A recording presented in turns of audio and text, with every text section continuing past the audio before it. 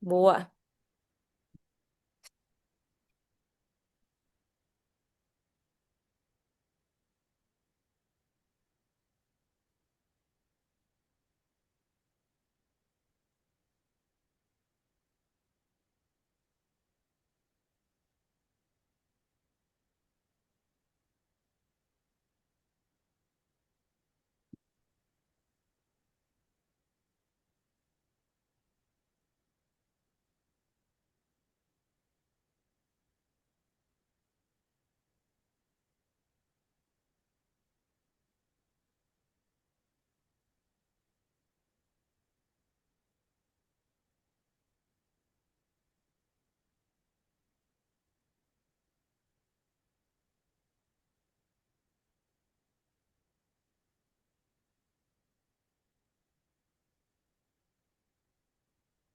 Muito bem, galera. Eu vou começando, e aí aqui vai ser bem dinâmico, a gente vai conversando, explicando.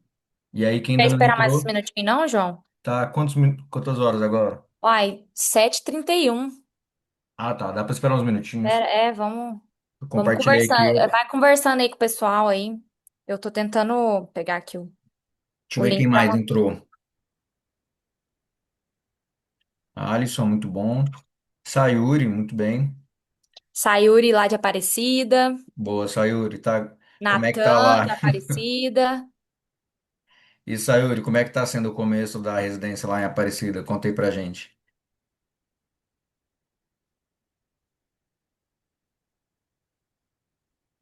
O Natan também.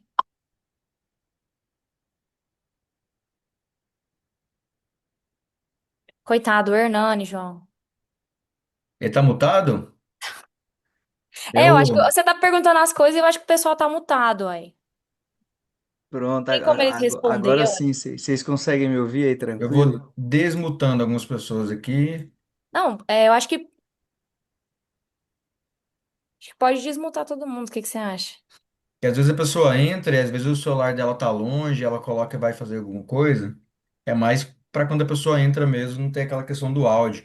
Mas qualquer pessoa que precisar, que quiser falar qualquer coisa, manda no chat, a gente tira a parte do mudo e a pessoa pode falar. E aí todo mundo vai ficar atento aqui ao chat. Mas não tem como nem a gente perguntar, então.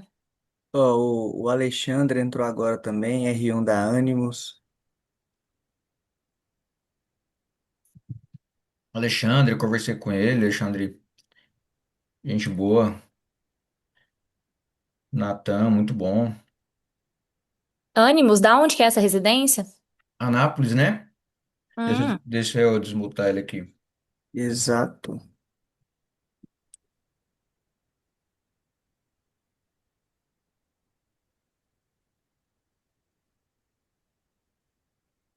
É de Anápolis mesmo. boa. Cadê seu Zé igual? Acho que tá Ale- entrando também. Alexandre, como é que funciona? Parece que tinha aberto umas vagas no meio do ano, e isso é todo ano que tá abrindo?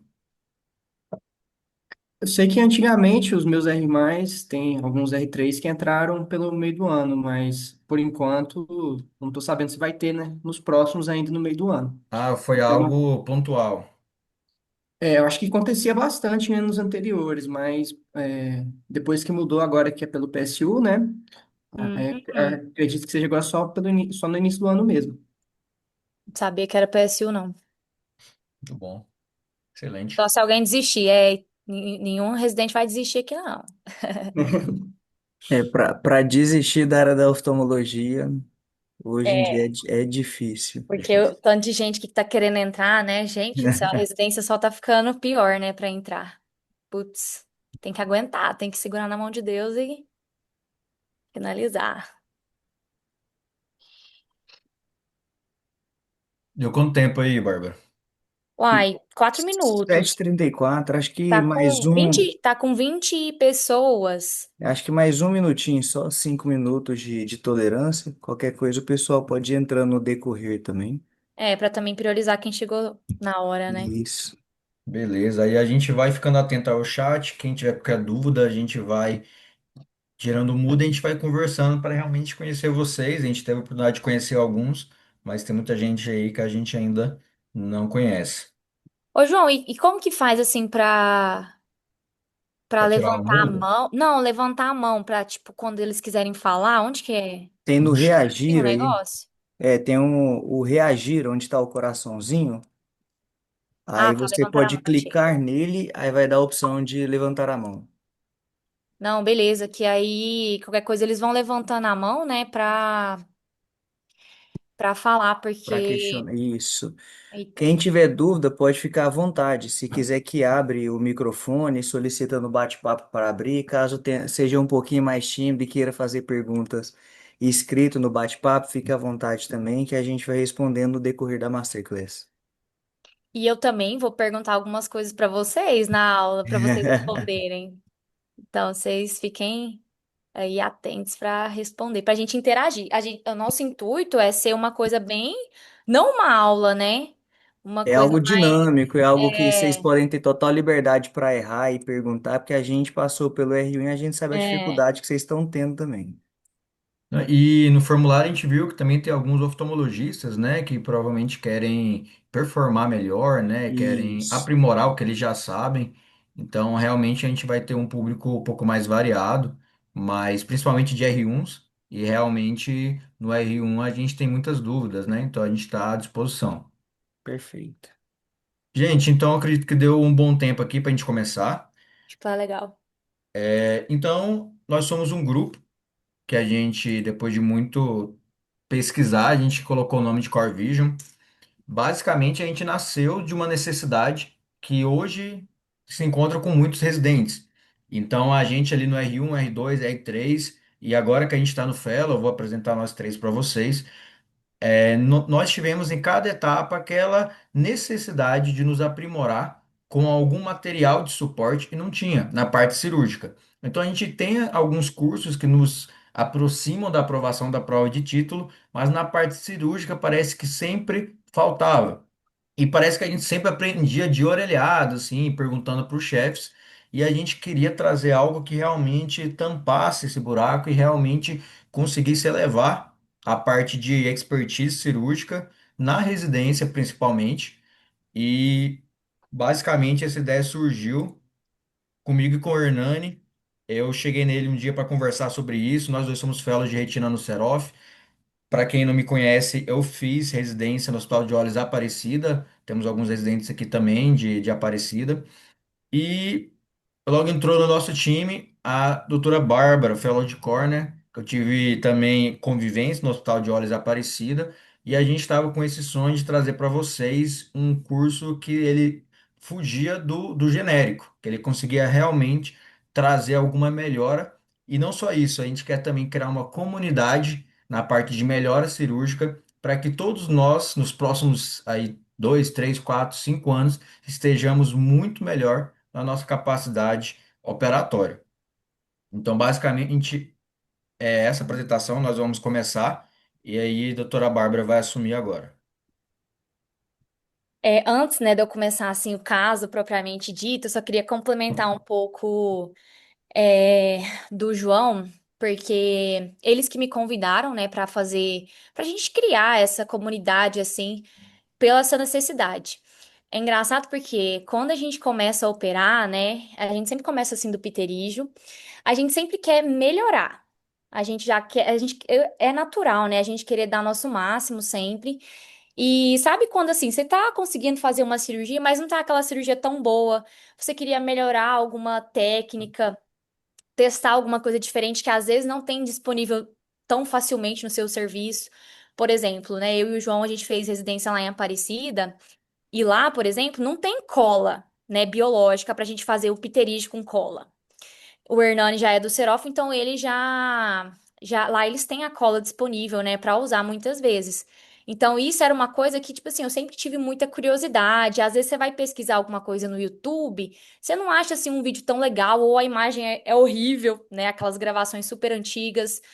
Então, realmente isso era uma necessidade. Depois, quando a gente passa para catarata, é mais ainda. Porque ou o curso é aquele curso super avançado que você às vezes não entende o que que a pessoa tá falando, ela não fala a sua linguagem, né, de residente, porque já é um curso de uma pessoa que já opera há muito tempo, já vai falar daquelas lentes premium que você não entende, e você quer alguém para te falar, tipo assim, você vai fazer assim, você vai, né, virar para esse lado. Então, muitas vezes falta isso. E algumas vezes o R+ consegue te ajudar muito, né? O fellow, o R+, o chefe. Só que muitas vezes você quer buscar um extra e você não encontra onde buscar. Então, por isso que a gente teve essa ideia e a gente quis começar no piterígio, porque acaba que eu acho que é até uma dor maior, porque o R1 ele não sabe de nada, né, de oftalmo. Para dar um ponto, meu Deus, é um sacrifício, né? 20 minutos, um ponto. Então, a gente entende que essa dor é até um pouco maior do que quando você começa a catarata, que você já tem uma experiência cirúrgica. Então, por isso que a gente quis até começar com o pterígio mesmo. E aí a gente teve essa ideia de fazer a masterclass, né? De fazer uma coisa mais completa também para vocês, para a gente entender as dores de vocês, para a gente tentar agir nessa dor, né? Hernani, eu posso começar o caso clínico? Você vai querer falar alguma coisa antes ou depois você fala? Não, fica à vontade, depois eu falo. Beleza, então a gente vai começar aqui, para não enrolar também, né? Vamos ao que interessa, né? Eu vou começar aqui com um caso clínico. Tá dando para ouvir essa mensagem que chegou? Esse barulho, deu para ouvir? Não. Não? Beleza, quero do WhatsApp. Então, eu vou começar aqui. Eu trouxe dois casos clínicos para vocês, que também é interessante, principalmente assim, para o R1, para o R2 já começou a pegar essa noção de quando indicar um pterígio, né? Indicar uma cirurgia.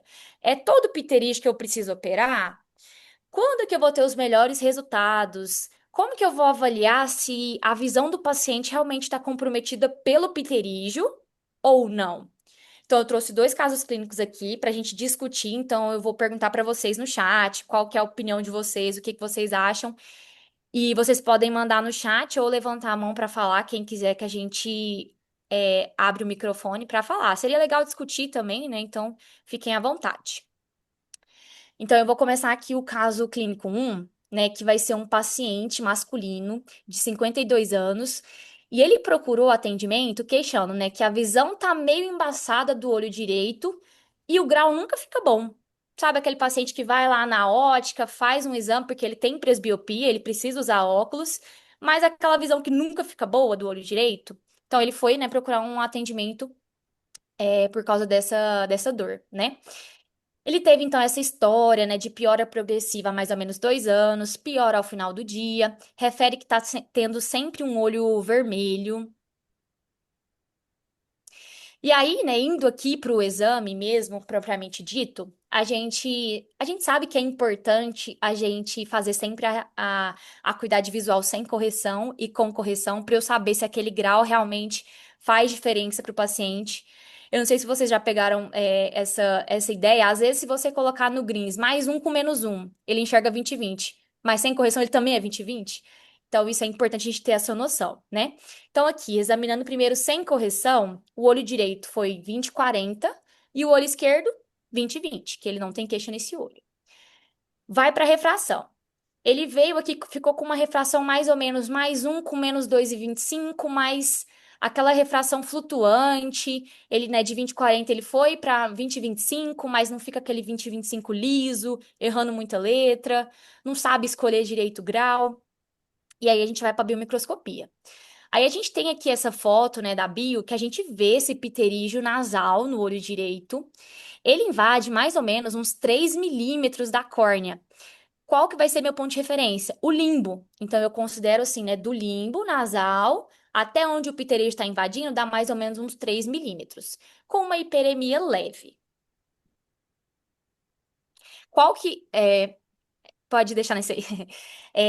Qual que é a opinião de vocês, né?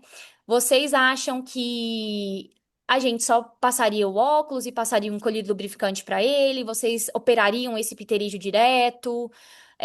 Como que vocês classificam esse pterígio, né? É relevante ou não é? Eu queria a opinião de vocês. Se vocês passariam óculos com colírio ou operaria esse paciente? Alguém responde aí para nós? Deixa aí na É um fotinha. O que vocês pterígio de acham que tamanho é? bem significante, né? Já tá um pterígio maior. Opera, opera, opera. Pelo desconforto, indicaria cirurgia.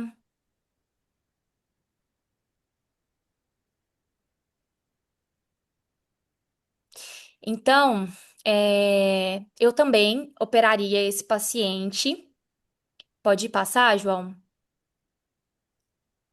Aqui, isso, boa, Alisson, operaria um cilindro mais importante. E você vê que mesmo colocando, né, o grau do cilindro, não fica uma refração muito boa. Aqui é uma topografia do paciente. Então, assim, geralmente a gente não pede isso de rotina, né, para um paciente, mas aqui nesse caso o paciente fez uma topografia. O que que eu consigo ver nessa topografia, né? Alguns achados aqui. Vocês conseguem ver que tem uma área, primeiramente no exame, né? Tem o T embaixo e o N, para eu saber o que que é temporal, o que que é nasal. Esse é o mais importante aqui da gente localizar. Então, na parte do N nasal, vocês conseguem ver que tem uma. João, dá para pôr seta aí? Dá sim, peraí, só arrumar aqui. Aqui, N nasal. Boa, N nasal, sobe aí na parte aplanada. Então, nessa região, tá vendo que tá bem azul, né? O azul é mais ou menos aí 39 dioptrias e o restante da córnea tá em mais ou menos 42, 43. Então, eu consigo ver que no lugar desse pterígio tá muito plano. O astigmatismo da córnea tá dando aí 2 graus de astigmatismo, né? E você vê que tem essa distorção um pouco do eixo, você vê que tá meio irregular. Então, tem esse aplanamento importante. Pode E, passar. pessoal, só volta aí rapidinho, João. Se a gente vê esses tip K e o flat K, é o que a gente chama de K1 e K2, quando vocês passam lá no autorrefrator, tá? O flat K é o K1 e o steep K é o K2. Então, é uma outra forma de você guiar pela ceratometria se está tendo essas alterações de curvatura também da córnea. Boa. Então, aqui, né? Qual que tem que ser o nosso raciocínio? O que está acontecendo, né? Às vezes, se a gente olha lá na correria, só a biomicroscopia, você vê lá, o pterígio grau 2 não precisa operar, não. Tá só com um pouco de hiperemia, não precisa operar, não. Mas a gente sabe que a partir de mais ou menos uns 2 milímetros de pterígio, então, assim, grau 2 ele tem uma variação grande para ele ser grau 2, né? Vocês já devem ter percebido. Mas a partir de 2 milímetros de crescimento desse pterígio, ele já começa a aplanar a córnea, que faz aquele aplanamento localizado e vai alterar a curvatura da córnea. Eu vou gerar um astigmatismo irregular, que não é bem corrigido com a refração, porque o eixo não é estável, e isso vai ficar, então, com uma qualidade visual ruim. Então, ele tem esses quatro achados: um astigmatismo mais significativo, o outro olho é plano, e um olho dois. Então, um astigmatismo significativo, uma irregularidade na topo, uma queda da qualidade da visão e um pterígio com 3 milímetros de acometimento da córnea, indicação clara de cirurgia. A gente não pode deixar de operar esse pterígio. Então, foi indicado para ele a cirurgia, né? Fez a remoção com o enxerto, que a gente sabe que hoje em dia é a técnica mais usada, que tem, né, uma melhor taxa de sucesso. E após 2 meses, a visão dele sem correção caiu de 20/40 para 20/25. Então, estabilizou bem essa córnea, né? O astigmatismo refracional caiu de 2/1. A topografia ficou mais simétrica e o eixo ficou mais estável. Então, aqui eu tenho uma comprovação clara de que, mesmo um pterígio grau 2, ele pode sim causar uma deformação na córnea e eu necessitar de fazer uma cirurgia para ele, né? De indicar uma cirurgia para ele. Então, esse foi o caso clínico um. Eu vou apresentar aqui o 2 rapidinho, só para a gente ter uma comparação, e aí depois eu abro para vocês falarem o que vocês quiserem para a gente comentar. Então, o caso clínico 2, eu trouxe um paciente um pouco mais velho, né? Aquele paciente 64 anos, falando que a visão nunca ficou boa, também mesmo, né, fazendo as trocas de óculos frequentes, nunca fica bom. Ele já sabia que ele tinha um pterígio, né, há vários anos, mas que sempre ficou do mesmo tamanho. Sempre foi um pterígio que não cresceu, né? Que a gente geralmente a gente fala: "Ah, vamos acompanhar ver se ele vai crescer". Então, o pterígio dele ficou estável, nunca operou antes esse olho. Na bio, a gente já tem um quadro um pouco diferente do paciente anterior. Acuidade visual 20/60, ele não refratou, então você coloca um Donders lá, ele melhora pouca coisa, ganha pouca linha, mas aquela refração super instável. E na bio, eu tenho um pterígio muito grande, né? O que que vocês acham que é esse pterígio aí? O que que vocês classificariam? Vê se vocês conseguem mandar aí no chat. Vocês acham que é o quê? Grau 1, grau 2, grau 3, grau 4?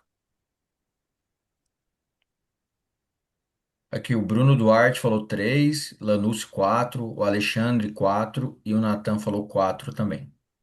Boa. Eu tô mais pro 4 também. A foto ficou um pouco escura, mas você já vê que ele já adentrou o eixo Ui. visual, né? É aquela transição do 3 pro 4, né? O 3 ele encosta lá na pupila, mas quando ele começa a adentrar o eixo já é um grau 4. Então eu ficaria mais pro grau 4 também. Mas a gente consegue ver, então, né, que é um pterígio grande, com uma invasão maior do que 4 milímetros, né, de córnea. Você vê que é um pterígio mais espesso, você vê que ele tem uma característica fibrótica, não é aquele pterígio que você vê que é aquele tecido fibrovascular mais novo, que não tem, né, que fica mais, às vezes, uma hiperemia. Então, assim, esse pterígio você já vê que é uma coisa mais fibrótica, mais antiga, né? A topo dele tem a mesma alteração que a gente mostrou no paciente anterior. Mostra aí, João, a região nasal, né? A gente sempre olha lá na região nasal, tem esse aplanamento importante, localizado. Então, isso gerou, né, um astigmatismo alto, com um padrão mais irregular e com um eixo, né, não tão definido. Então, aqui eu também tenho uma alteração importante na córnea causada pelo esse pterígio. Conduta foi a mesma do caso anterior, né? Aqui é indiscutível que esse paciente tem que operar, né? Então foi indicada a cirurgia de pterígio, também com enxerto conjuntival, e aí a gente também foi reavaliar esse paciente após 2 meses da cirurgia. A acuidade dele pré-op era 20/60, ele caiu para 20/40. O Astig dele era em torno, né, de uns 5, pensando na topo, porque ele não refratava, aquela coisa, era mais ou menos 5, caiu para 2,5. Teve uma melhora parcial da topo, o astigmatismo ainda ficou um pouco irregular, com o eixo também não tão bem definido. Então, o que que aconteceu aqui nesse caso, né, assim, de diferente do outro? Eu tive uma melhora, né, do grau, da refração do paciente da acuidade visual? Eu tive, mas não normalizou igual aconteceu o paciente anterior, né? A córnea ainda ficou aquela córnea irregular, com uma qualidade visual às vezes não tão boa. Aqui, esse paciente, o que que a gente espera? Que ele tenha queixa de aberração. Eu posso ter aberração de alta ordem nesse caso aí. Então, aqui o mais importante é o quê? O tempo. A gente tem que saber qual que é o limiar para eu indicar uma cirurgia de pterígio. Eu não posso falar simplesmente, vamos acompanhar todo ano para ver se cresce. Esse paciente, ele falou que ele teve uma instabilidade do crescimento. Mas o que que acontece? Eu vou ter uma deformação crônica da córnea, eu vou causar um remodelamento corneano, uma irregularidade estrutural, então parte desse dano não vai ser reversível com a cirurgia. Vai ficar aquele raise importante, aquela cicatriz, sabe aqueles raízes que a gente pega de pterígio grande, que fica todo branco, uma córnea irregular? É esse caso típico aí. Então, aqui, né, os insights aqui dos casos clínicos para a gente ficar aqui, né, e às vezes abrir aqui para discussão. Então, o que que esses casos, né, mostram para a gente? Que a gente não deve esperar crescer para operar. Claro que eu não vou indicar cirurgia para todo mundo, né? Um pterígio grau 1, aquele grau 2 que às vezes não tem, que eu comprove realmente que o paciente é 20/20, não tem queixa de superfície, a refração dele é uma refração estável, parecida com o outro olho. Sempre importante eu olhar para o outro olho, porque às vezes ele tem astigmatismo no outro olho também, às vezes não é do pterígio, então eu preciso sempre olhar para o outro olho para indicar essa cirurgia, né? A cirurgia ela vai ter um limite de reversão, então esses casos mais avançados ela não vai reverter completamente a córnea, porque eu alterei essa mecânica da córnea. Quanto mais precoce eu operar um pterígio, melhor o resultado. E vai evitar esse remodelamento, né? Então, caso 1, eu operei precoce, aquele pterígio mais ou menos um grau 2 de 3 milímetros, um astigmatismo moderado, teve uma boa reversão e a córnea foi recuperada. Já no caso 2, que foi um pterígio tardio, um pterígio grande, com astigmatismo alto, eu tive uma reversão parcial e a córnea permaneceu irregular. Então, o que que fica de lição, né? Pterígio não é só o crescimento, né? Não é só queixa de superfície. Ele deforma a córnea. Então, a gente precisa ter isso em mente. Eu sei que muita gente tem medo de indicar a cirurgia de pterígio para um pterígio pequeno, já pensando em recidiva. Você, cirurgião que se garante, você não vai operar um piterir já pensando na recidiva. A gente sabe que tem chance, com certeza. Mas eu não quero indicar uma cirurgia já pensando numa recidiva. Então, a gente tem que começar, né, a repensar nas nossas indicações cirúrgicas. E, às vezes, indicar, às vezes, até mais precocemente uma cirurgia.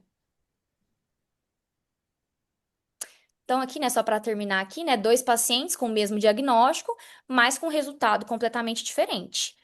A diferença mais importante foi o timing de eu indicar uma cirurgia. Então, o timing, ele define realmente o prognóstico visual desse paciente. Então, é isso a minha apresentação. Se alguém quiser falar alguma consideração, vocês aí, residentes, né, oftalmologistas que quiserem deixar aí no chat alguma consideração, o que que vocês fariam, o que que vocês acharam, como que vocês conduziriam esses casos.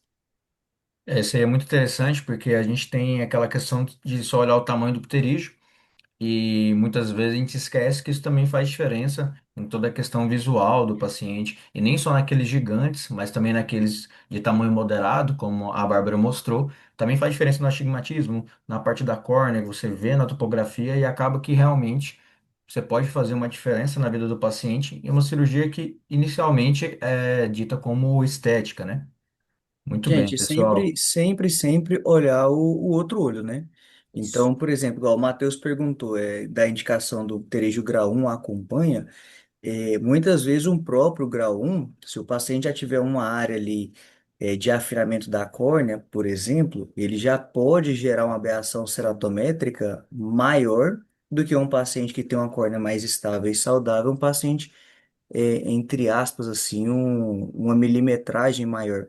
Igual a Bárbara falou, você tem o time, você tem a avaliação se ele é mais carnoso, se ele é fibrótico, se ele não só o tanto que ele invade a córnea, mas o próprio peso do que ele vai fazer a córnea.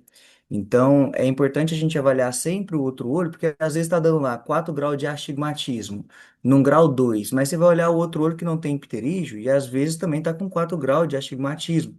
Então, às vezes, você vai falar, olha, nós vamos tirar esse pterígio aí, essa carninha do olho, e aí sua visão, o grau vai diminuir bastante. Às vezes, a redução não é tanto quanto gostaria o paciente. E já deixar o insight, seguem, por favor, a mesma ideia num paciente que vocês vão operar de catarata. Se o paciente tem a catarata e ele tem um pterígio que gera uma aberração, operem primeiro do pterígio e esperam um processo cicatricial efetivo da córnea, que a gente tem na literatura próximo dos 30 dias, para depois você aventar fazer uma biometria com a maior qualidade para o cálculo da lente de uma forma mais coerente também. Perfeito. Só respondendo aqui o Matheus também, no meu dia a dia, grau um geralmente eu não indico, tá? A não ser que o paciente eu veja que ele tá incomodado. Geralmente, mulheres, a gente tem a tendência a indicar mais cedo, né, do que homem, pela questão estética, mas eu tenho que avaliar o olho como um todo. Se eu vejo que o paciente tem muita queixa de superfície ocular também, a gente sabe que o pterígio é o combo, né? A superfície com a alteração da córnea. Então, geralmente um grau 1, normalmente ele não causa essas alterações, mas igual o Hernando falou, pode acontecer. Não é tão comum, mas pode acontecer. Então, se a queixa for mais de superfície, realmente, e você vê que o paciente está bem incomodado, eu não vejo problema em fazer uma cirurgia de pterígio grau 1, tá? Ainda mais no seu particular. Aqui a gente tem que pensar também que a gente, né, a maioria que está na residência, mas vai operar particular. E pterígio é o que mais as pessoas vão te procurar para operar. Então, Recém-formado opera muito é pterígio. recém-formado é pterígio. Então, a gente tem que garantir, tem que indicar mesmo. Pterígio grau 1 é o bom de operar. Melhor do que operar um grau 3, né? Então, assim, dependendo do paciente, eu até indicaria a cirurgia. Mas, na prática, se perguntar, você indica pterígio grau 1 de rotina? Não. a não ser que eu veja, né, que tem ou uma alteração importante de superfície ou uma alteração refracional que seja compatível. Ou se o paciente realmente for muito queixoso da estética. Isso. A Lanúcia ela perguntou sobre grau 2 em paciente jovem, né? A porcentagem de risco de recidiva não seria alta? Eu acho que isso depende muito. Vocês vão ver que, tanto no SUS, mas no particular também, às vezes, acho que metade dos pacientes que operam de pterídeo, eles chegam já com a queixa. E são pacientes geralmente jovens, que são mais vaidosos, e aí eles encontram muitas vezes aquela vermelhidão ocular, um desconforto social muito grande. E muitas vezes já tentou vários colírios, cetrolac, às vezes até flutinol, e não resolve. Aqueles na Fazolina, Moura Brasil, e a pessoa chega muitas vezes com essa dor. Então, o paciente jovem, acredito que seja o que a gente acaba mais Indicando. indicando, principalmente no particular. Em relação à recidiva, eu acho que é muito secundário ao que o paciente é exposto no seu dia a dia, o seu cargo no trabalho, em que região do Brasil ele mora, se ele fica muito, por exemplo, exposto ao sol, e em relação à técnica que você vai utilizar, que cada técnica é certa para um paciente, e aí você tem que escolher aquela técnica que tem a menor chance de recidiva, que vai dar certo para o seu paciente, porque nem sempre a técnica que você mais gosta vai ser melhor para o paciente que está ali na sua frente. Lando, se hoje as últimas meta-análises, teve inclusive uma última meta-análise agora de março de 2026. As últimas meta-análises, elas não consideram nem tão importante a questão da própria idade do paciente. Igual o João falou, eles consideram muito mais prevalente a questão da técnica e do estilo de vida e o grau de exposição que ele tem a fatores que vão estimular ali a proliferação de fibroblastos, por exemplo, radiação ultravioleta ou casos de eventos irritativos recorrentes, como que a gente sempre fala do paciente que pega muita poeira. Anda Então, de a própria, moto, isso, cabeceira são deve ser próprias pesada. situações que, por gerar um processo não fisiológico de lubrificação, ele vai realmente ter o estímulo ali do fibroblasto dele. Então, hoje, disparado, nas últimas meta-análises, o que é mandatório é a técnica cirúrgica mesmo. Boa. Bora dar seguimento. Excelente, gente. Então aqui eu vou falar um pouco sobre a técnica cirúrgica propriamente dita. Então, sempre que você vai operar, você se encontra entre basicamente três caminhos, na verdade, muito mais. Mas a cada paciente que você decide operar, você pode fazer transplante autólogo, o fechamento primário ou rotação de retário. Temos outras minúcias também, mas inicialmente você tem que tomar essa decisão.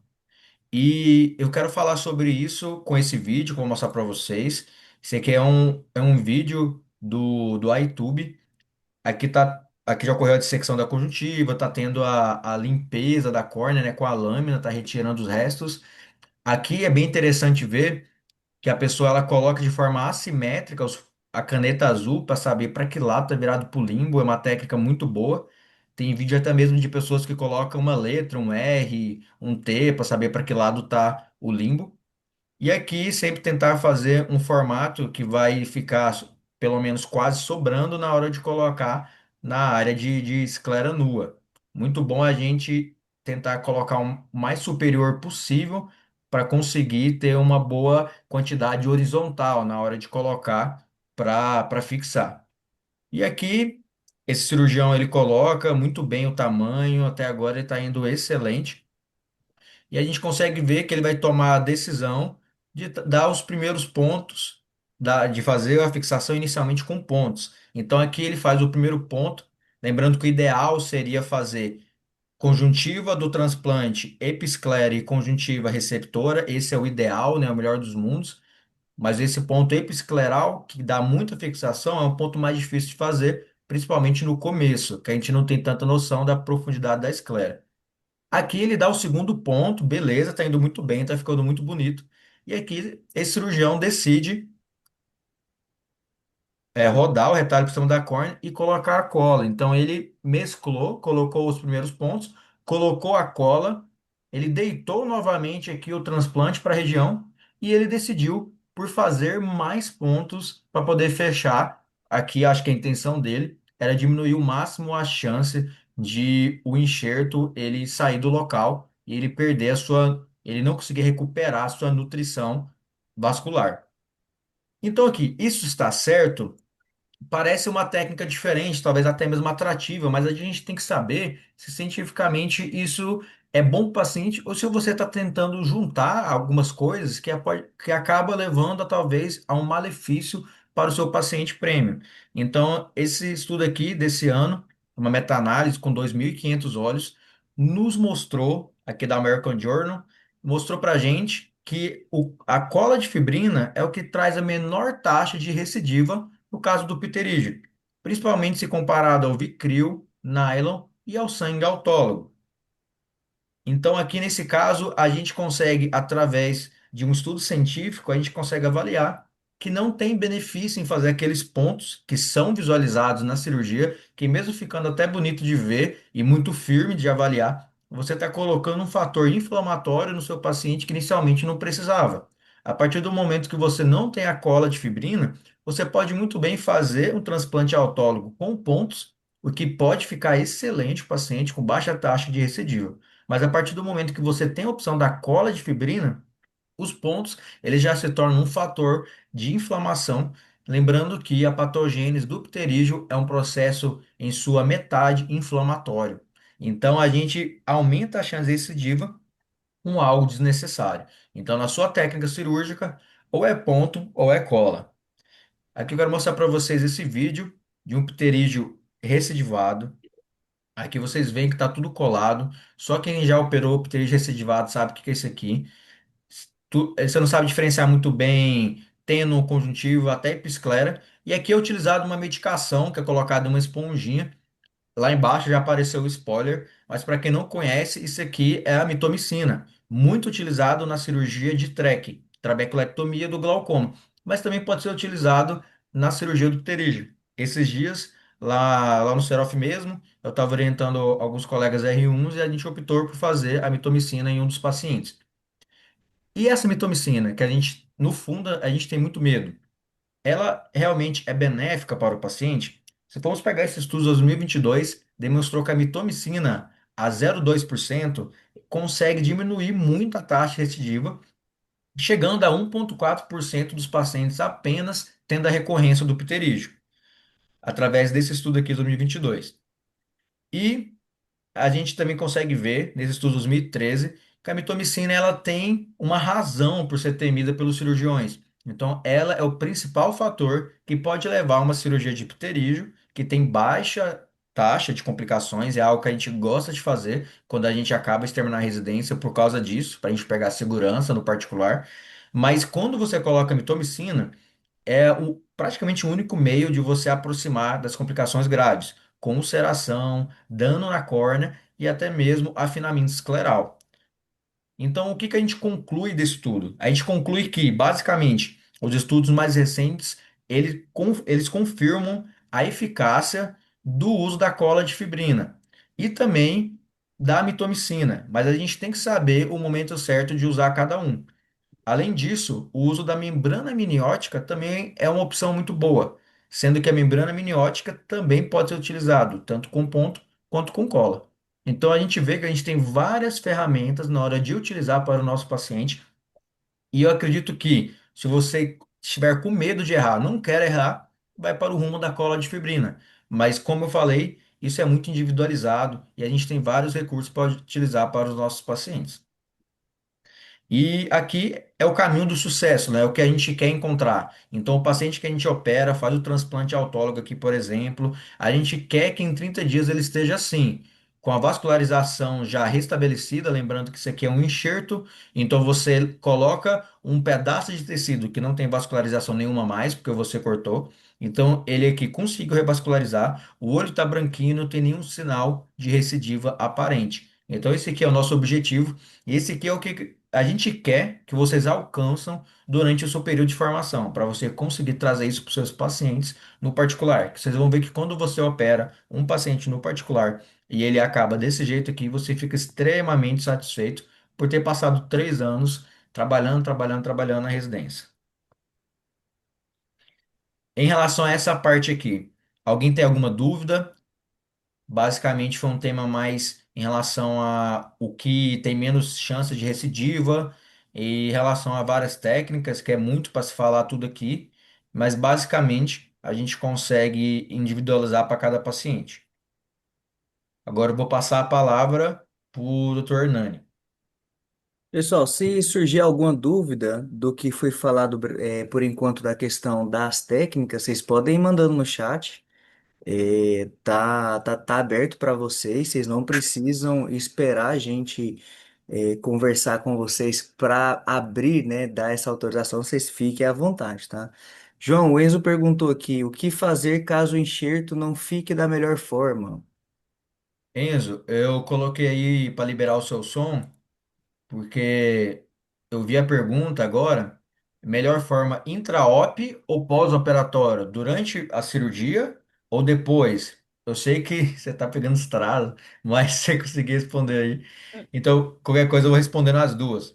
Então, basicamente no intraoperatório, o que eu senti nas cirurgias que eu fiz é que quando você vai fazer a cirurgia, vou mostrar aqui para vocês rapidamente, quando você vai fazer a cirurgia, a gente tem medo a gente tem medo de causar qualquer complicação no paciente. Então, a gente tem medo de músculo, tem medo de tirar a conjuntiva demais e não fechar, que a gente tem muito medo de não fechar no começo.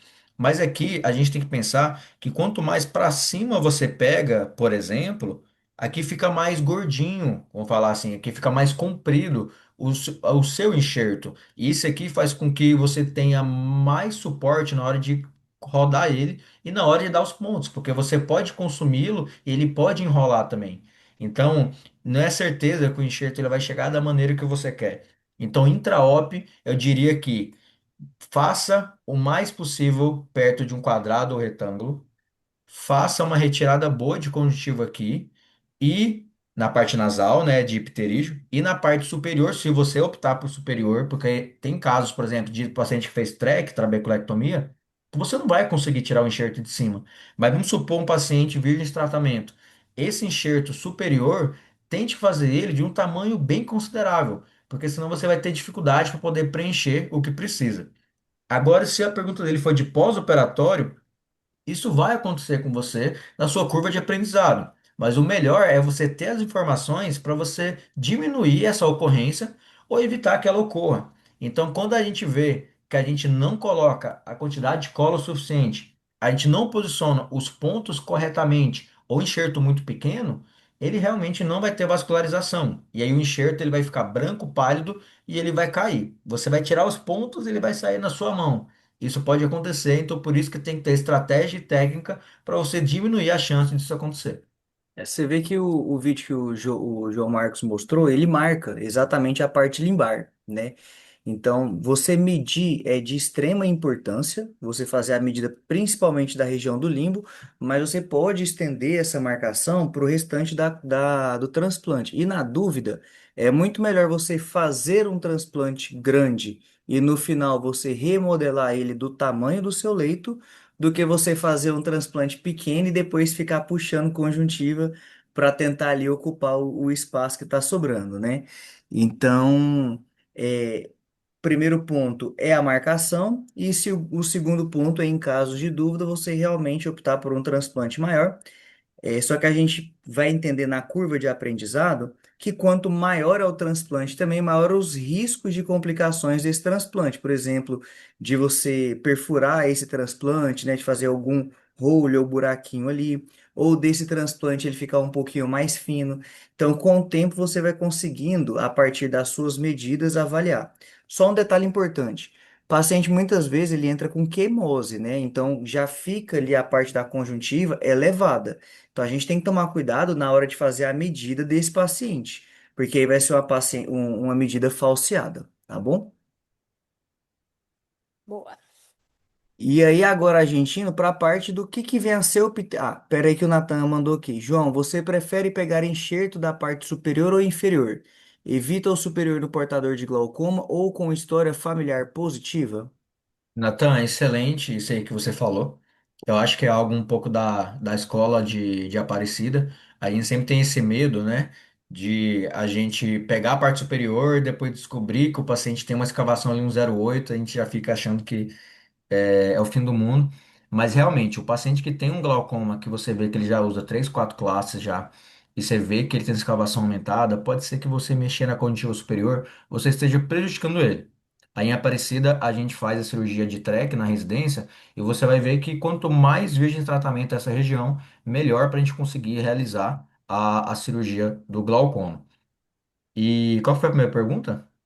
Se você É, prefere fazer superior ou inferior.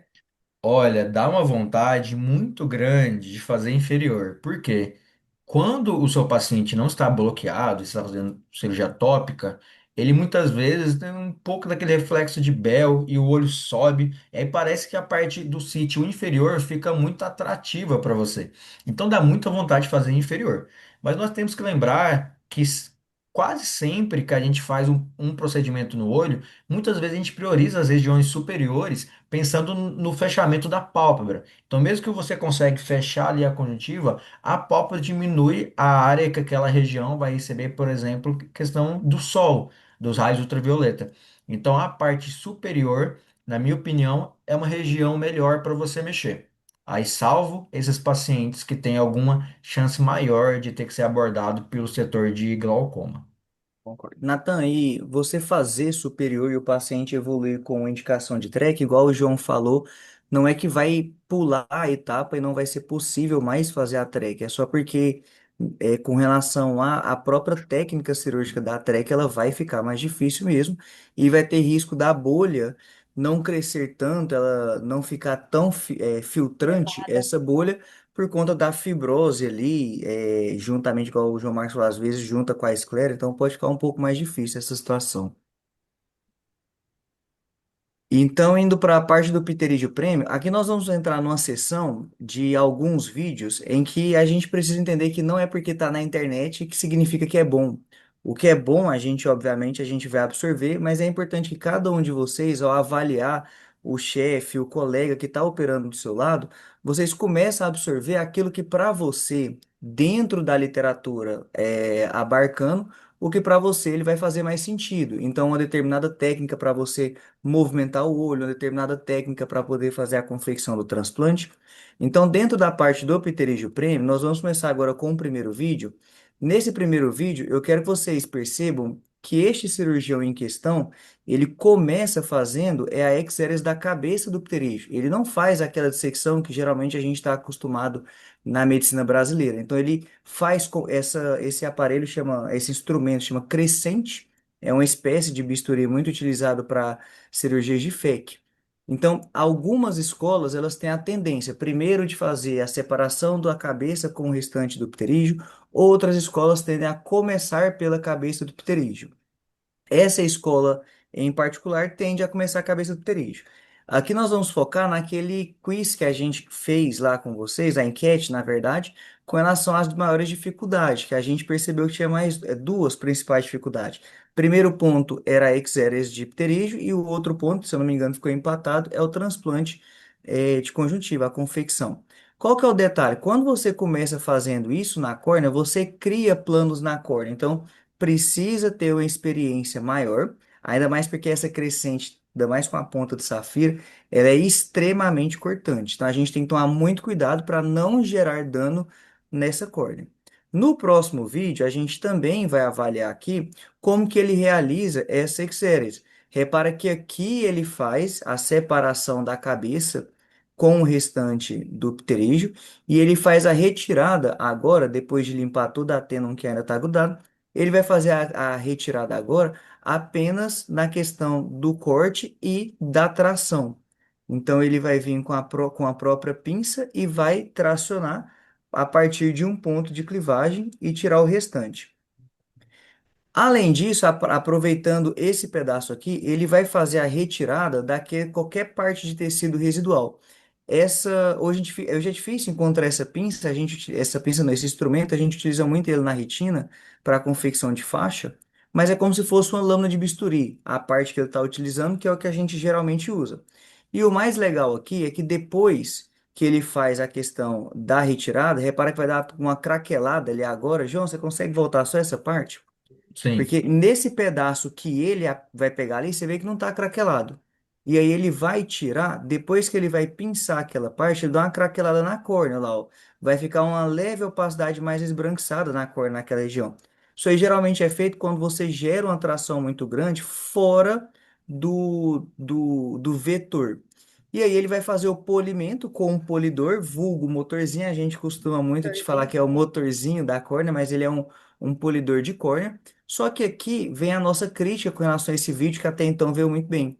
O polidor, ele deve ser preferencialmente utilizado seco. Quando você molha como ele molhou, você perde o atrito, que é o motivo que você vai utilizar o polidor. Então, você perdendo esse atrito, você não consegue regularizar tão bem a sua superfície de córnea. Ele é necessário? Não.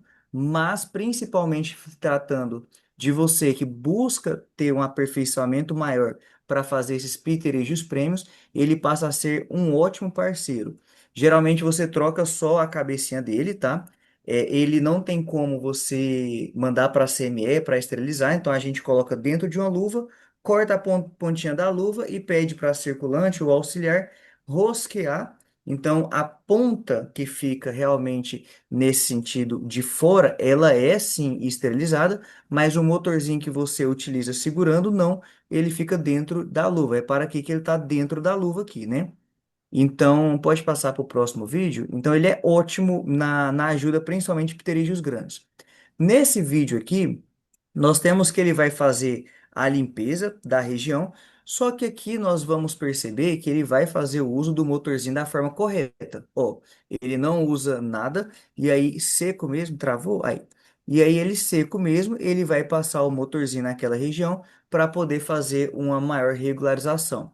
Tem gente que prefere passar mais na região limbar, tem gente que prefere passar mais na região da córnea onde estava a cabeça do pterígio, só que a gente tem que tomar cuidado também para não forçar demais e não afinar também um pouco mais esse epitélio, tá bom? Então, repara que ele faz seco e acaba sendo muito mais efetivo.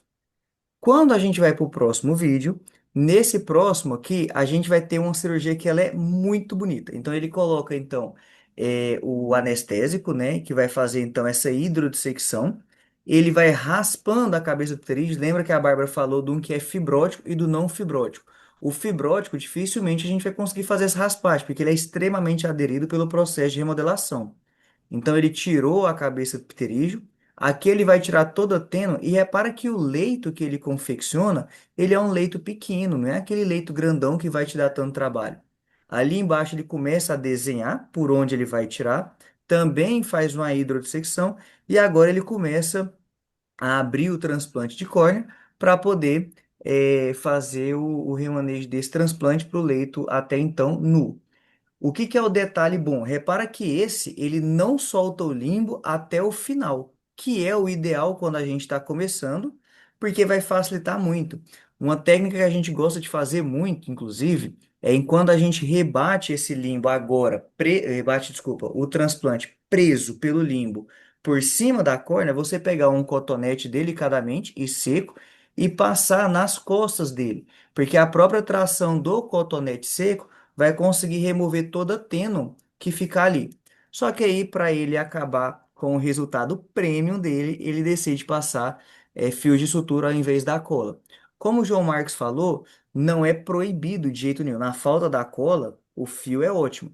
Só que a diferença de recidiva, ela é grande. As principais meta-análises atuais o fio 5% de recidiva, a cola 2,5 a 1,4 a 2,5% de recidiva. Então é muito, muito menor, tá bom?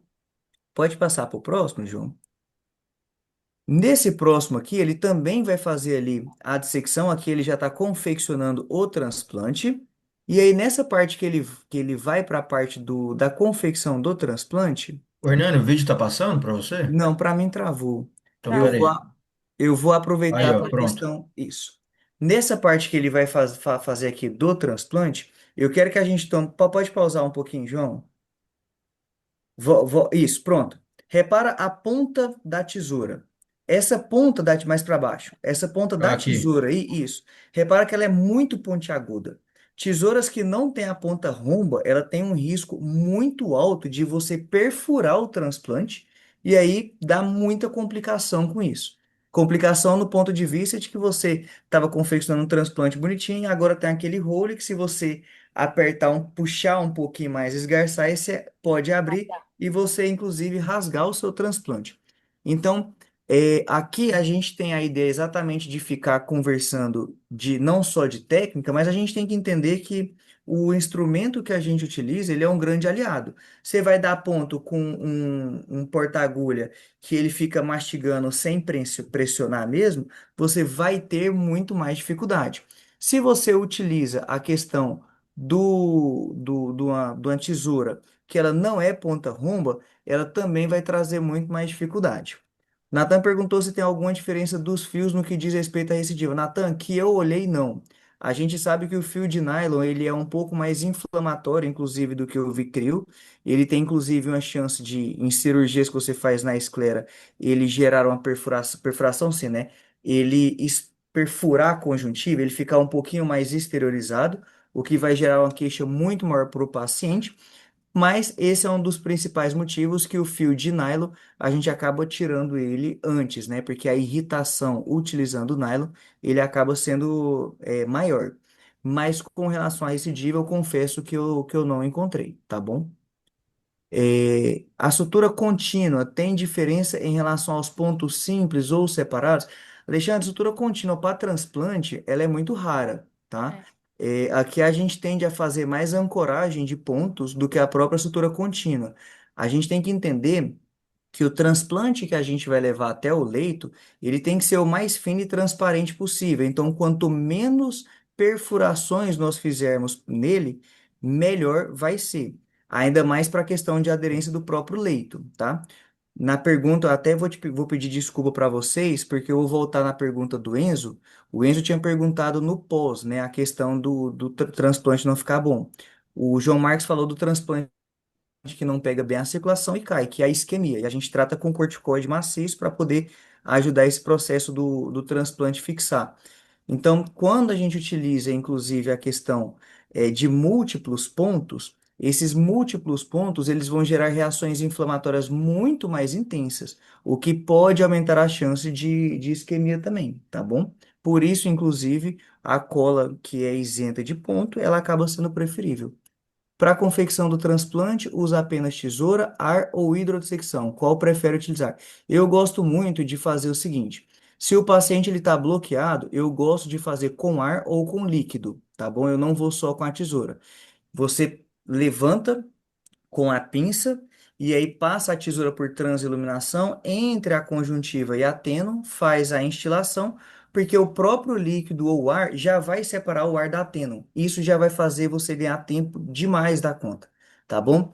Se o paciente não for bloqueado e eu fizer por anestesia tópica, lembra que quando a gente faz a separação da cabeça do pterígio com o restante do corpo, a gente tende a fazer esse volume com o próprio anestésico, e esse anestésico geralmente com adrenalina. Aí sobra anestésico, eu vou lá e faço também da mesma forma, entre a tênue e a conjuntiva, com o anestésico.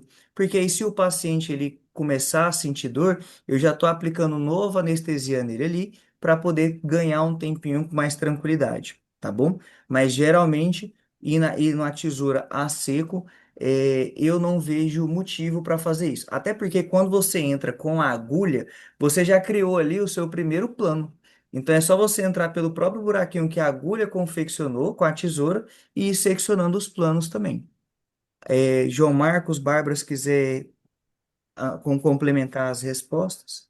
Só uma coisa do Alexandre, em relação a ponto simples e contínuo, né? A gente sempre faz aqueles pontos simples, na maioria das vezes, né? E o paciente, ele vem no pós-operatório, parece que está faltando ponto, né? Às vezes você deu 8 pontos, ele está com 6, está com 7, 5. Então, o paciente, ele muitas vezes, aqueles que não seguem o pós-operatório, ele rompe os pontos, seja coçando ou fazendo outras coisas. E quando você tem um ponto contínuo, se ele romper o ponto, aí sai a sutura inteira. Tem também esse fator em relação à diferença do contínuo para o simples. Perfeito. E outra coisa que também é, assim, é um tecido, às vezes é meio irregular, então tudo isso também influencia. Eu, sinceramente, nunca vi fazendo esses pontos eh, Contínuo em contínuos. transplante. Eu, sinceramente, nunca vi, sabe? Eu não vejo nenhum Alexandre, benefício em pensar em fazer esses pontos. Então, assim, sutura simples. Também, assim, não tem um tanto de sutura para você fazer. No começo, quando eu aprendi, falavam assim, ah, tem que ser tipo uns 8 pontos, 8 a 10 pontos. Mas não, às vezes eu faço, às vezes marco um piterite, aí eles não deixam abrir a cola. Aí você tem que ir com ponto. Geralmente eu faço assim o suficiente pra ficar bem aderido. Aí que entra aquela questão de fazer um enxerto grande, isso é bem melhor, porque se for um enxerto pequeno, eu tive muito problema quando eu comecei a fazer a técnica do transplante, em migrar, né, pra essa técnica, que eu tava fazendo um enxerto pequeno. Até quando você vai usar a cola, é difícil de aderir. Você não consegue aderir, aí o transplante cai. Então, a dica maior é faz um transplante grande, que geralmente uns 5 pontos, assim, você consegue fechar bem e ficar tudo, a borda bem juntinha, bem coaptada. Então também não tem um limite de ponto para fazer. Você pode fazer 5, 10, 8, mas é o suficiente para o ponto ficar bem aderido. E realmente, ponto simples, pode usar o nylon 10 ou o Vicryl 6. Geralmente de praxe a gente acaba usando o nylon. Mas o Vicryl é até melhor porque você não precisa remover essa sutura. Mas também vai muito do que você tem disponível no serviço, né?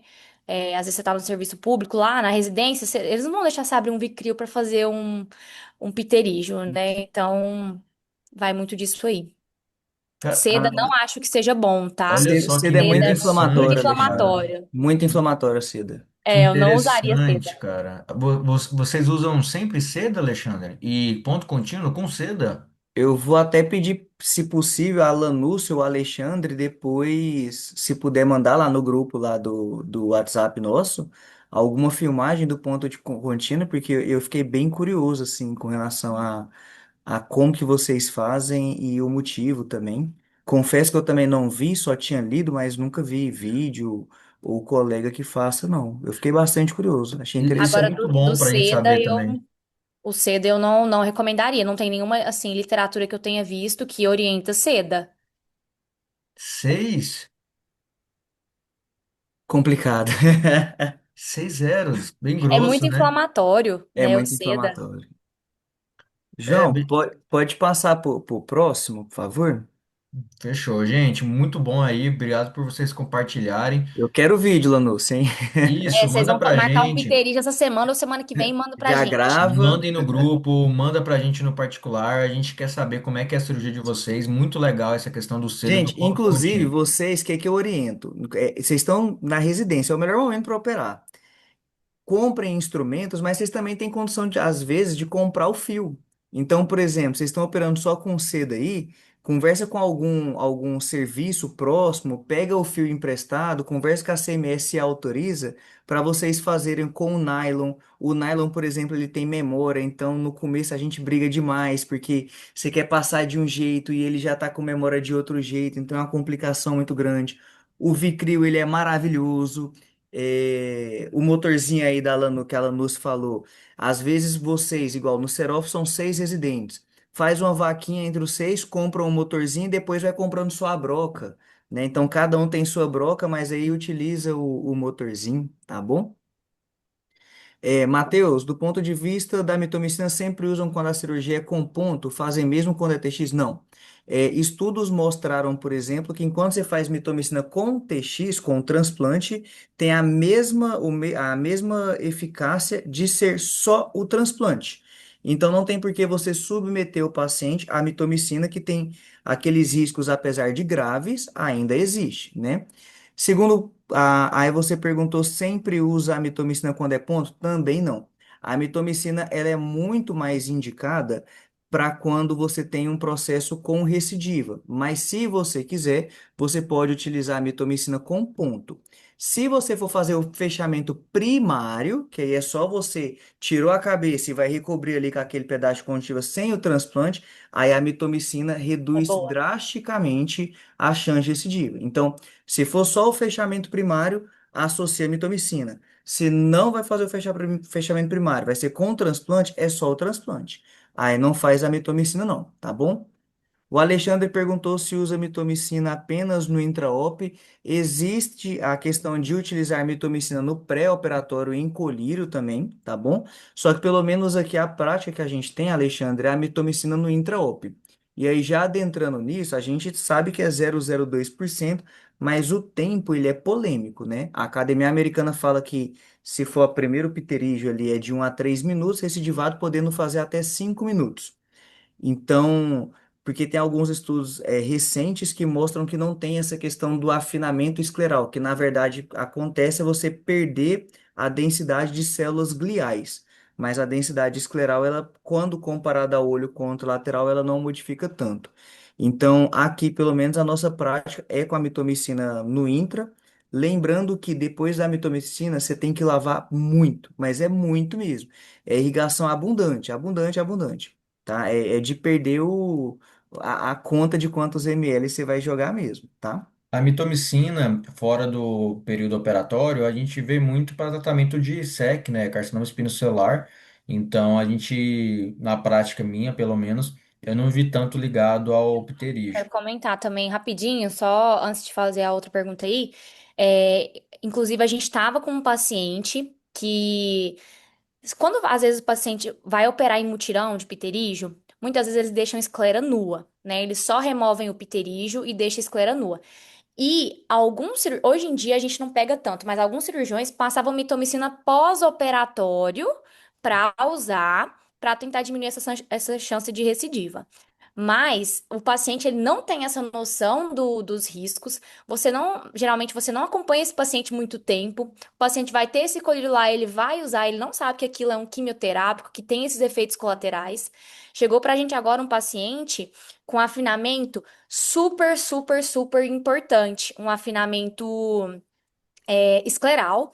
Depois disso, ele operou pterígio já há muito tempo, usou mitomicina, assim, um tempo no pós-operatório, e aí ele evoluiu com um afinamento escleral muito importante. Eu vou mandar no grupo, eu acho que eu tenho aqui a foto. Aqui que a gente fez. Primeiro a gente fez um recobrimento, um transplante escleral, né, um PET escleral, caiu. E aí a gente fez um transplante de córnea na esclera, foi super legal. A gente então pegou uma córnea mesmo doadora e colocou naquele lugar que estava muito afinado e suturou igual um transplante. Eu vou mandar para vocês no grupo que a gente fez. Então foi um paciente que usou mitomicina no pós-operatório, prescrito por médico, e ele levou um afinamento escleral importante. Em todo paciente acontece isso? Não. Eu tenho, né, eu sou da córnea, eu passo mitomicina, né, muito para os pacientes, mas sempre tem que ter uma avaliação regular, o paciente tem que voltar sempre. Mitomicina dá muito desconforto, tanto é que às vezes a gente passa até corticoide junto para tolerar a mitomicina. Então, não é simples, é uma medicação muito boa, mas a gente tem que acompanhar o paciente muito de perto. Então, de rotina, a gente não passa nem pré-op, nem pós-op, mitomicina. É só no intra-op, com esse tempo cronometrado, com irrigação abundante depois, para evitar esses problemas. Gente, eu vou comentar aqui duas perguntas rapidamente para a gente prosseguir. Com relação à técnica para Excel, eles preferem fazer por arrancamento de laminação, Natan. Então, Natan, eu acho que na curva de aprendizado, começar por arrancamento é interessante para depois ir para a delaminação, na minha opinião. Porque a delaminação você está em cima de um órgão muito nobre, né? E você ainda não tem tanta noção de profundidade. Então, Ou de pode acontecer. força. Isso pode acontecer de você se empolgar e causar um Delling, ou pode acontecer de você ficar com medo e você não tirar o suficiente para evitar recidiva. Então, eu prefiro delaminação depois que a pessoa já tem um certo N de cirurgias. O Enzo perguntou quando for pterígio nasal e temporal, posso dar mitomicina de um lado e TX do outro se não tiver enxerto suficiente. Olha, pode sim, é bem Pode. difícil conseguir enxerto suficiente para quando é nasal e temporal. A questão é a mitomicina. A mitomicina e o enxerto autólogo é um tema extremamente polêmico, mas da prática, se a gente parar para pensar, a gente está querendo que o enxerto ele se revascularize, ele tenha proliferação celular e ele consiga se adaptar ao novo local. E a mitomicina ela faz o contrário, é um antimitótico, diminui proliferação celular usado para realmente o tecido ele não causar fibrose. Então não é que a mitomicina é proibido, mas se a gente for pensar na parte fisiopatológica, a mitomicina ela se torna um pouco contra-intuitivo de se juntar as duas técnicas. Mas sim, pode fazer de um lado uma técnica e do outro outra técnica. Inclusive, Enzo, até para subir o nível um pouco da pergunta, nesses casos, aí tem que pensar, você faz primeiro o lado com TX ou faz primeiro o lado com mitomicina? Então, quando você tem esse assim, que às vezes é em kissing, o ideal é que o primeiro que você faça, ele seja com a mitomicina. Por quê? Porque você vai lavar, lavar, lavar, e aí depois você consegue confeccionar o transplante para colocar no leito. Uma vez que você coloca primeiro o transplante para depois jogar a mitomicina, quando você lava, você pode acabar jogando parte da mitomicina também para a direção do transplante, tá bom? Eu mandei lá E no grupo, gente. Depois vocês vejam lá.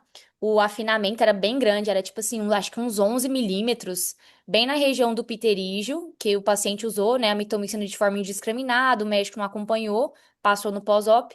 E aí a gente fez até um PET escleral, mas ele caiu. E aí a gente fez esse PET agora corneando, o paciente ficou super bem. E a gente tá acompanhando ele. A cirurgia deve ter umas 2 semanas. vamos pro próximo vídeo. Isso. Então, nesse vídeo aqui, desculpa. Nesse vídeo aqui, o principal intuito é mostrar como que é feito um retalho. Então, nessa parte aqui do retalho, ele vai confeccionar um corte próximo da conjuntiva e ele vai rodar o retalho. O que que a gente não pode esquecer? Que além da questão de rodar o retalho e eu vou suturar lá na outra ponta, eu também tenho que suturar essa parte que eu estou abrindo, tá bom? Então, ele vem aqui agora, faz como se fosse uma angulação de 90 graus e faz um bracinho no retalho. E aí você vai e joga o retalho lá para cima. E aí aqui ele vai acabar a sutura, tanto aquela sutura inferior, né, que é essa que a gente está vendo aí, quanto a sutura ali mais temporal, exatamente para fechar aquele do corte de 90 graus, tá bom? Claro que você pode também puxar o restante da conjuntiva ali, igual o Alexandre tinha perguntado a questão do ponto contínuo, você pode puxar aquele restante da conjuntiva, fazer ponto simples para aproximar também a margem ainda mais. Pode passar, João? Nesse vídeo, aí é o Nightmare, né? Então, esse daí é quando a gente tem um pterígio giga mesmo. Mandem no Ah, chat se vocês já viram um pterídeo desse jeito aí. Vocês operariam um pterígio desse? então, nesse caso, ele vai fazer a retirada do pterígio por técnica de delaminação mesmo e vai ficar esse raise aí enorme. Que é uma maratona, né? Até você conseguir tirar todo esse debris aí é gigante. Obviamente que é um paciente que vai ter uma acuidade visual prejudicada, tá? E só para pasmar, eu não coloquei o vídeo inteiro. Depois ele ainda faz uma faca, né? Ele opera a catarata desse paciente a partir dessa porção aqui mais temporal, que dá para ver um pouquinho. Então, exatamente, Matheus, foi uma das coisas que a gente falou. Então, a gente coloca isso aqui não só para a questão do pterígio, mas tomar cuidados com o que você vai fazer. Não está na hora de associar a catarata aqui, né? Nem pela dificuldade técnica, mas a biometria, enquanto você está fazendo na vigência desse pterígio, você não tem confiabilidade nenhuma de qual que é o valor da lente que você vai colocar. Pode passar, João? E aqui para vocês entenderem como é que é a questão da membrana amniótica, né? Então, já tinha ali o leito, ele vai e coloca por cima e vai cortando mais ou menos o tamanho do leito. E aí ele vai retirar a membrana amniótica, que vem exatamente desse papel, e vai colocar no leito. Lembrando que tem posição para ser colocado corretamente isso daí, tá bom? Agora, qual que é o grande detalhe, né? Agora na Eskers, em abril de 2026, a doutora McDonald, que ela é uma americana muito famosa nessa parte assim de doenças de córnea e conjuntiva, ela desenvolveu, depois de um ano de estudo, uma nova membrana amniótica, tá? Ela é uma membrana amniótica trilaminar e até então ela operou, salvo engano, mais de 300 olhos e está acompanhando há um ano e 4 meses e não houve nesse período nenhum resquício de recidiva com essa nova membrana. Então, é algo aí para a gente pensar já para o futuro. A membrana amniótica você pode deixar parte dela na córnea ou você pode cortar a parte que está na córnea e no final você pode avaliar de colocar uma lente de contato. E aí fica aquela questão, a lente de contato, se você tiver um paciente que é muito bom e cuidadoso, você pode colocar no final, porque vai diminuir a queixa de superfície dele por conta da delaminação da córnea, tá bom? Então é uma ideia que a gente pode fazer para aliviar. Só tomar cuidado que a lente de contato é mais um fator de atrito que pode acabar também deslocando um pouco o TX, e pode dar problema. Por isso que tem que ser muito bem indicado, tá? E só um detalhe. Evitem nessa primeira curva de aprendizado o bléfaro desse jeito. Esse bléfaro que ele é gordinho demais, na hora de você tirar do paciente, a gente já teve casos Hum, anos anteriores de residente que na hora que vai tirar, o próprio bléfaro roça o retalho já no sai com TX e defeito. rasga o TX. Aí o TX rasgou, você pode até saber qual que é a parte limbar pela marcação, mas você não vai saber se você tem que colocar ele em um sentido ou se você tem que colocar ele em outro sentido, tá bom? Pode passar, João? Então, essa é a parte final do vídeo, e aí a gente precisa entender que quando a gente fala de pterígio prêmio, é voltado exatamente a você se tornar um cirurgião prêmio, e tudo começa a partir de agora. Vocês estão na principal fase cirúrgica da vida de vocês, e o principal momento de testar novos instrumentos, testar novas técnicas, disparado é agora, não é a hora de você tentar lá na frente. E aqui o principal intuito da gente fazer para vocês essa questão do Masterclass é mostrar que o pterígio, ele é visto como uma cirurgia subestimada. Ah, é porque é a cirurgia do R1. Eu gosto de falar que o pessoal tem para o pterígio no oftalmo igual a hérnia é para o cirurgião geral. Porque se você for avaliar, é uma cirurgia extremamente anatômica, é uma cirurgia que você tem que conhecer muito dos pontos e da profundidade que você está trabalhando, mas ela acaba sendo subestimada. E o volume dela é muito alto. Então, quando a gente tem essa avaliação do pterígio, pode passar, João, nós precisamos ver que é um negócio um pouquinho mais fundo. Por exemplo, hoje nós temos 21 mil novos, 21 oftalmologistas inscritos e a cada ano quase 2 mil novos oftalmologistas, tá bom? Então, é bem complexo isso. Então o mercado ele não vai parar de crescer e a gente tem uma sorte muito grande de ser brasileiro. Porque no Brasil, pode passar, João, no Brasil é um país que existe alguns estudos que mostram uma incidência maior, sendo a cirurgia do pterígio a segunda principal. Sobre um detalhe aqui, porque a gente vê a oculoplástica mais no fim, mas aqui a gente está falando de cirurgias só feitas por oftalmologistas. Então, quando a gente tem a blefaro feito por qualquer especialidade, inclusive dentista, aí acaba sendo o segundo mais só perde para catarata. Por oftalmologista, pterígio é a segunda cirurgia mais realizada. Pode passar, João.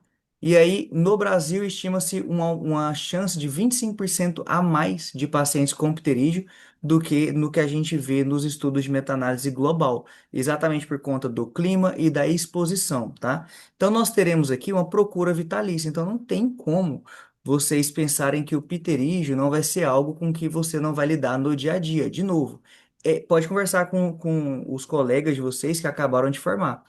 Entre operar catarata e operar pterígio, no primeiro ano, no segundo ano que ele terminou a formação dele, a maioria vai te responder que ele operou muito mais pterígio do que ele operou catarata, tá bom? Porque há uma procura hoje muito grande, ainda mais porque o valor financeiro ele é atrativo do pterígio, visto a tecnologia que a gente utiliza, tá bom? Então pode passar mais uma vez, porque agora a gente vê que faz parte hoje a gente fazer integrar o que a gente chama de oceano azul, que é aquele de alto rendimento.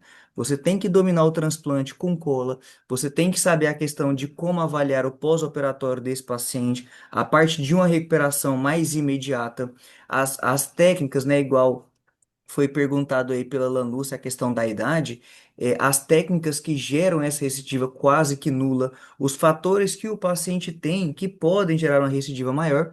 Então, isso tudo vai fazer com que o seu paciente prêmio, ele também tenha um cirurgião prêmio e, consequentemente, um procedimento prêmio, tá bom? Pode passar. E aí, nós precisamos sempre utilizar essa tríade aqui para nos potencializar aperfeiçoamento mesmo. Então, nós temos uma alta demanda brasileira pelo regime tropical, pela questão da radiação, uma baixa concorrência. A gente está cansado de ver colegas, a gente da área da retina, por exemplo, a gente tem muito colega que vai especializando em retina e não opera mais pterígio. Fala, eu não vou mais operar pterígio. Mas são cirurgias que depois que pega a mão, são cirurgias rápidas de baixo instrumento, que geralmente você vai precisar do microscópio, tá bom?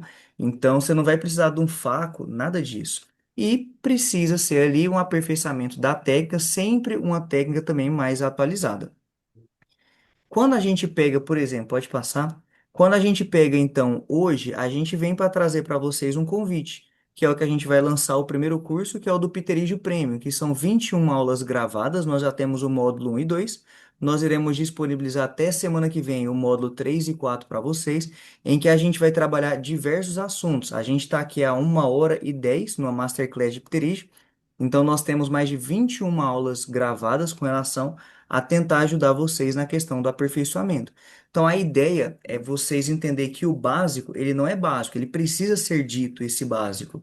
Então, por exemplo, igual eu conversei, a mitomicina, poxa, quantos por cento? Existe só a mitomicina? Quanto tempo eu vou colocar de mitomicina? Então, numa masterclass que já gerou tanta dúvida, inclusive, imagine só o tanto de dúvida que pode surgir com a gente tendo essas 21 aulas aí para trabalhar. Então, o complexo, a ideia de um pterígio não ser mais complexo. Pode passar? Então, quando a gente pensou em fazer esse curso, o João falou desde o início, a gente pensou muito na necessidade de ser um momento, ainda mais vocês começando agora o ano de residência, ou de começar, ou de aperfeiçoar, porque depois, para aperfeiçoar, vai ficando cada vez mais difícil, fica mais afunilado.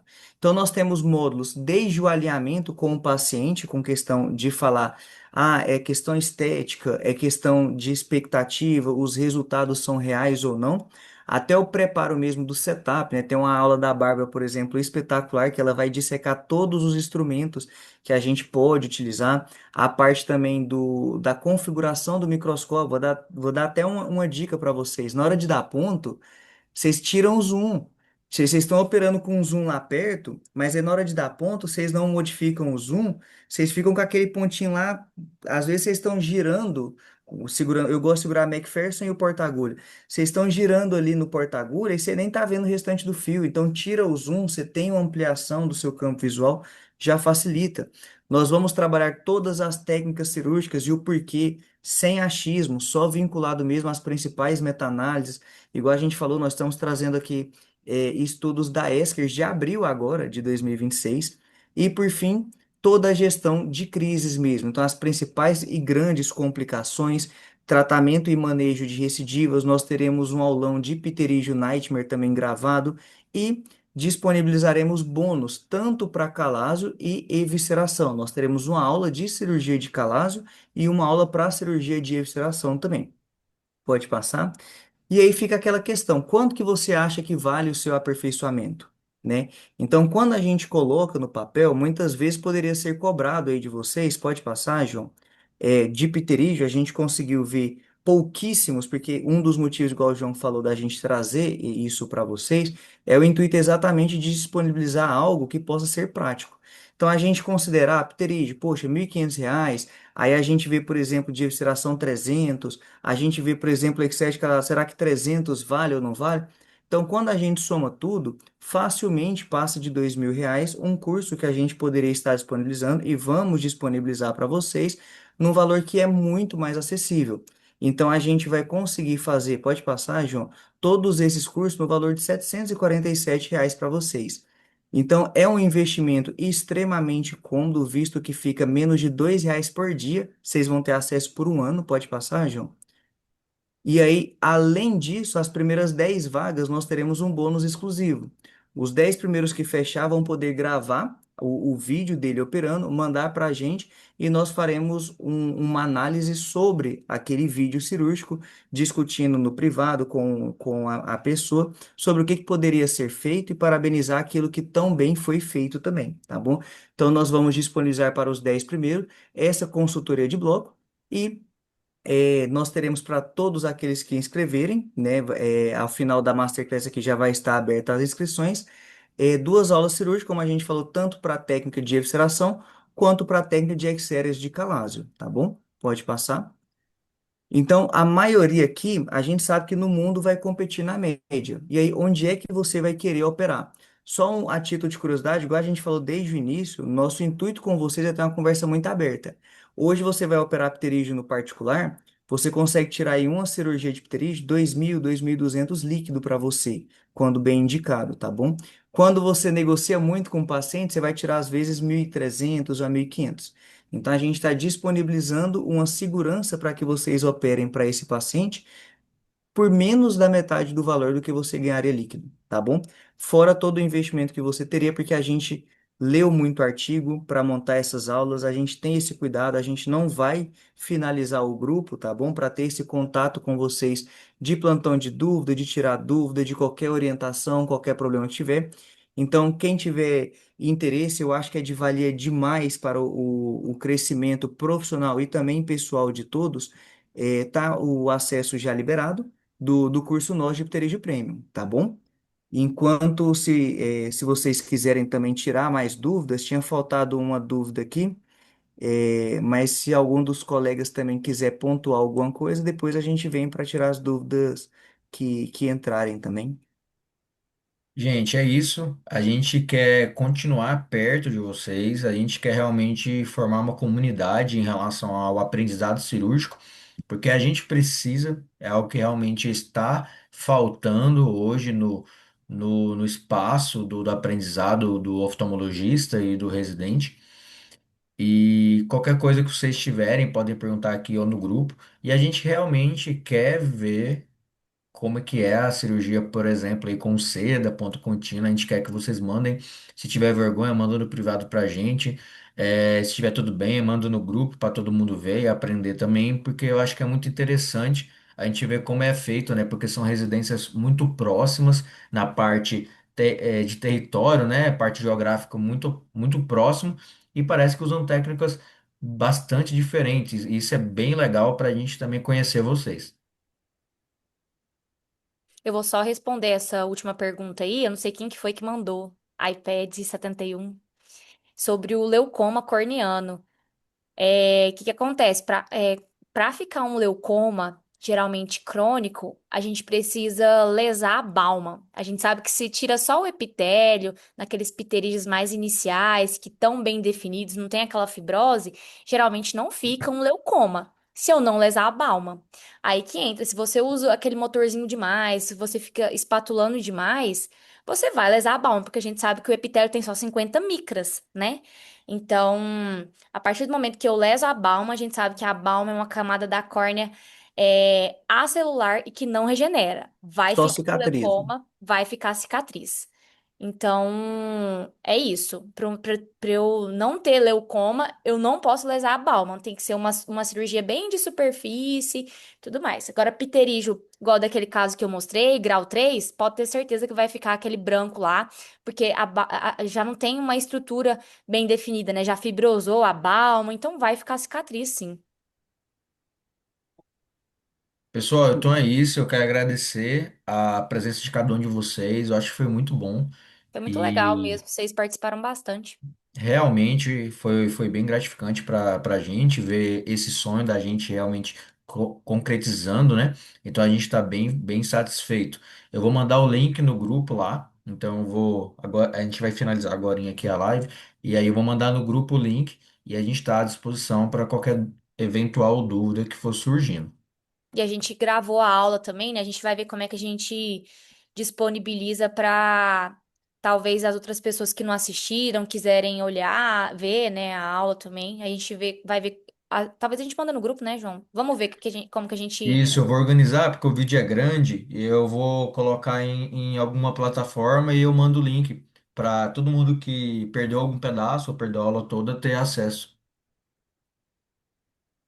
Eu acho que o Hernani tá falando aqui, João, que tá mudo. Ué, por que que o senhor ficou mudo? Eu apertei sem querer aqui.